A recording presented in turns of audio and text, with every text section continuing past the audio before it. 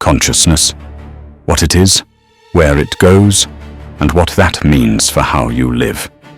YouTube at John Donavon Sr., 10-part companion series. The first series, I Lost Everything, was about interior work. The frameworks, the practices, the rebuilding of a mind from the ground up.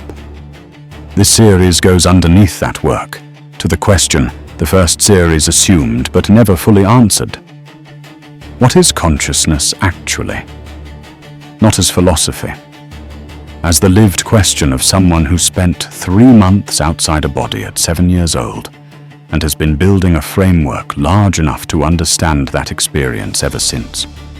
The personal near-death experience, NDE account, is not an illustration in this series. It is the primary evidence.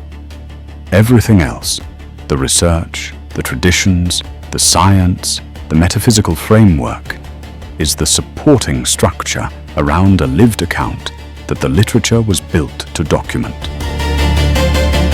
I want to start with something I don't say casually. I have been here before, not here in the abstract sense, not here as metaphor or spiritual language. Here, present, aware, conscious, in a body that, by every clinical measure available, had no measurable brain activity. I was 7 years old. I was on a schoolyard. A man passing by misread what he saw, thought I was fighting his child. He threw a 2-foot stake. It hit me in the back of the neck. The prognosis, when the physicians finally had language for it, was this: 1 millimeter deeper, and I would have been paralyzed for life. I was in a coma for 3 months. And in those 3 months, in a body that was not responding, not processing, not producing the electrical activity that the materialist framework says is required for consciousness to exist, I was somewhere. I could hear the physicians, not vaguely, not impressionistically. I could hear their conversations, their assessments, their discussions about my condition, their words to each other in a room where I was, by every available measure, unconscious. When I came back, when the 3 months ended and the body began to respond again, I could relate those conversations to the physicians who had them. Not all of them verified it immediately. Some did. I was 7 years old. I am now 61. I have spent 54 years building a framework large enough to understand what happened in those 3 months. This series is that framework, not assembled from a comfortable academic distance. Built from the inside of an experience the research literature was designed to document. And the first question the framework has to answer is the one this video is built around. What happens to consciousness after death? In 2001, a Dutch cardiologist named Pim van Lommel published a study in the Lancet, not a fringe journal, one of the most rigorously peer-reviewed medical journals on the planet. The study followed 344 cardiac arrest patients who had been clinically dead, no heartbeat, no brain activity, no measurable consciousness, and then resuscitated. Of those 344 patients, 62 reported consciousness during the period of clinical death. Not vague impressions, specific, verifiable, detailed experiences. Patients who reported watching their own resuscitation from above and accurately described procedures they could not have seen from their position. Patients who reported conversations occurring in adjacent rooms during the period of clinical death. Patients who reported encounters with deceased relatives, including in several cases relatives they did not know were dead. Van Lommel spent 4 years trying to find an alternative explanation. Oxygen deprivation, prior medication, psychological expectation, random neural firing during the dying process. None of the alternative explanations held up against the data. What he was left with, and what he published in the Lancet, was this: The data is not consistent with the hypothesis that consciousness is produced by the brain. Sam Parnia, Director of Resuscitation Research at NYU Langone, after decades of work, the data is not consistent with the hypothesis that the mind is simply a product of the brain. Bruce Greyson, Professor Emeritus of Psychiatry at the University of Virginia, after 40 years of research, the evidence for some form of consciousness surviving death is, at this point, stronger than the evidence against it. These are not mystics. They are physicians and researchers at major academic institutions who followed the evidence where it led. What I experienced at 7 years old, 3 months of consciousness existing outside a body with no measurable brain activity, physician conversations recalled from the unconscious state, is not an anomaly in the literature. It is exactly what the literature is built to document. I am a Van Lommel case study. I am the evidence. Before we go further, I want to establish something that most people treat as settled fact, but that is actually an unexamined assumption. The assumption is this: consciousness is produced by the brain. When the brain stops functioning, consciousness ends. Death is the permanent cessation of experience. This is presented in contemporary Western culture as the established, default, evidence-based position. The position any reasonable, scientifically literate person holds. Here is what most people don't know about that position. It has never been demonstrated, not established, not proven, not demonstrated through any experiment or finding that shows the actual mechanism by which physical neural activity produces subjective experience. What has been demonstrated is correlation. Specific brain states correlate with specific conscious experiences. Damage specific brain regions and specific conscious capacities are lost. Alter brain chemistry and conscious experience changes. Correlation is real and significant. But correlation is not mechanism. And the mechanism, the actual explanation of how and why physical processes give rise to subjective experience at all, has never been provided. The philosopher David Chalmers named this in 1995 the hard problem of consciousness. Why is there something it is like to be you? Why does the physical processing of information, which neurons do, which computers do, produce experience?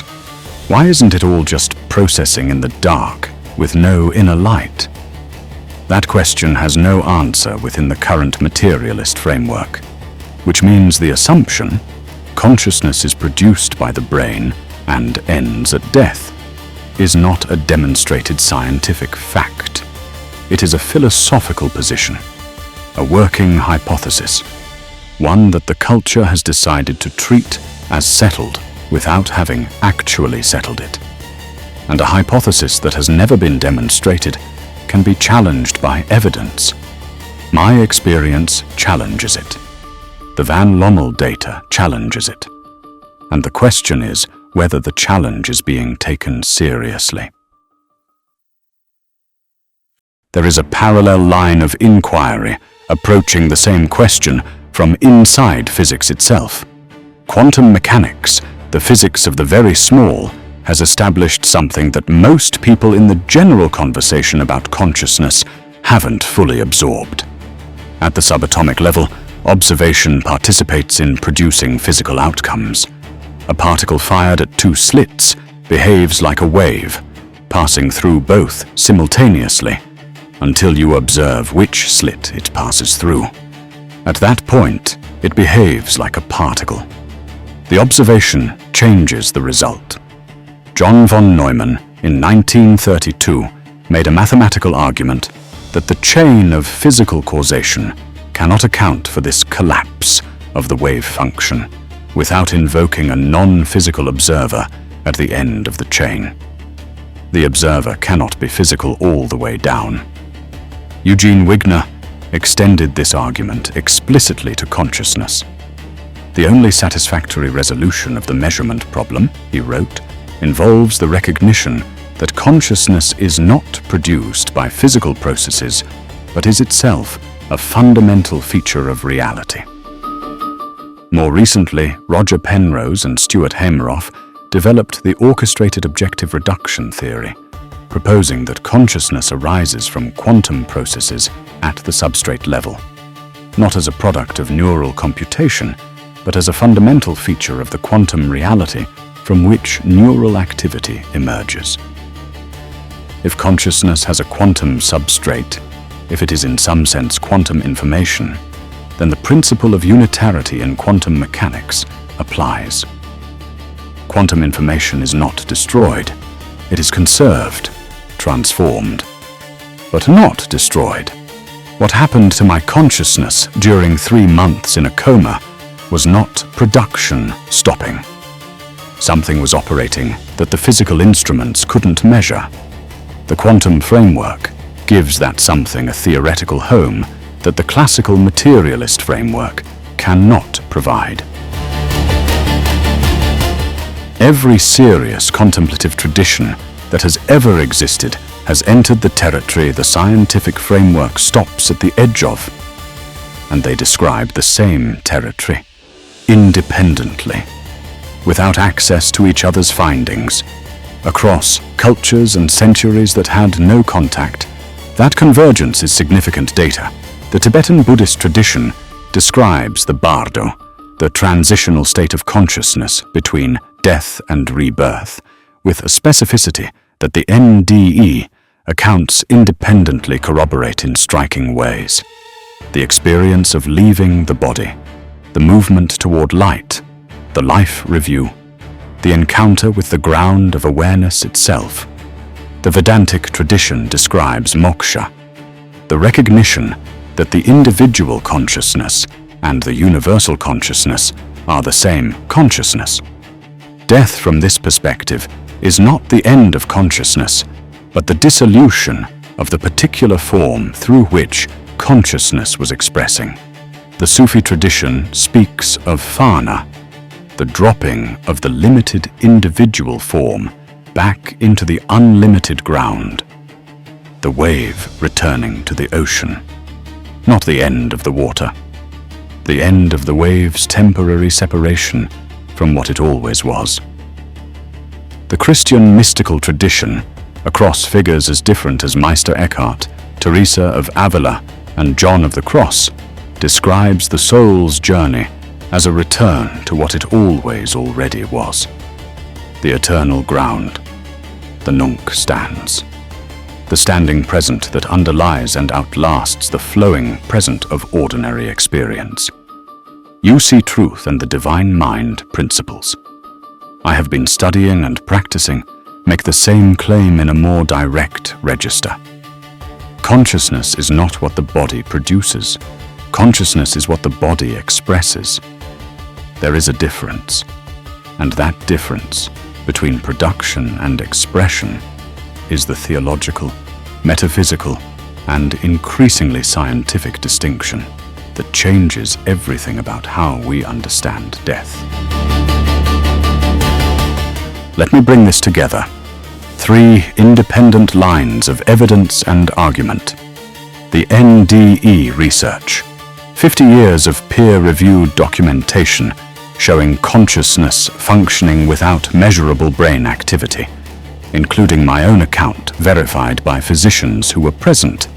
The quantum consciousness framework, rigorous mathematical arguments from von Neumann, Wigner, and Penrose suggesting consciousness is fundamental rather than produced, that the observer is not physical all the way down. The hard problem of philosophy, David Chalmers' demonstration that the materialist framework has no mechanism for explaining subjective experience at all, that the assumption consciousness ends at death is not a scientific conclusion. It is a philosophical position that the evidence doesn't support. Each line on its own is enough to establish that the dismissal of consciousness survival is scientifically premature. Together they suggest something stronger. Not proof. Evidence doesn't produce proof in this territory. But a convergence, 3 different approaches from 3 different disciplines arriving at the same place, that is significantly more than the mainstream conversation has acknowledged. And underneath all of it, the convergent testimony of serious contemplative traditions across every culture and every century, all pointing toward the same conclusion. Consciousness is not what the body produces. It is what the body temporarily expresses, and the expression ending is not the same as the thing expressed ending. I know this not only from the research, I know it from 3 months of existing inside the evidence. I want to close with what this series is and what it isn't. It is not a series designed to tell you what to believe about consciousness or death or what comes after. It is not asking you to adopt a specific tradition's account of the afterlife or accept a specific metaphysical system on faith. What it is asking is this: take the question seriously, with the same intellectual rigor, the same honest engagement with the evidence, the same willingness to follow the inquiry wherever it leads, that you would bring to any other serious question. The astronomer Carl Sagan, not someone known for credulous acceptance of extraordinary claims, wrote near the end of his life that the NDE evidence deserved serious scientific study, that the accounts were too consistent, too cross-cultural, too resistant to conventional explanation to be dismissed. He did not conclude that consciousness survived death. He concluded that the question was worth taking seriously. I am 61 years old. I have active cancer with a 17-year prognosis. I have been in this territory before, at 7 years old, involuntarily, violently, for 3 months. I have spent the subsequent 54 years building a framework large enough to understand what I came back knowing. That framework is what this series is built to share. Not as a comfortable spiritual narrative with a clean resolution. As the most honest account I know how to give of what consciousness actually is, lived from inside an experience the research was built to document. The question is not academic for me. It never has been. And if you're watching this, if something in that question pulls at you in a way you can't fully explain, it may not be academic for you either. That pull deserves to be followed. This series follows it. Next in this series, the science of consciousness. What neuroscience has actually established, where it stops, and why the hard problem is harder than most people realize. Link above. Take care of yourself.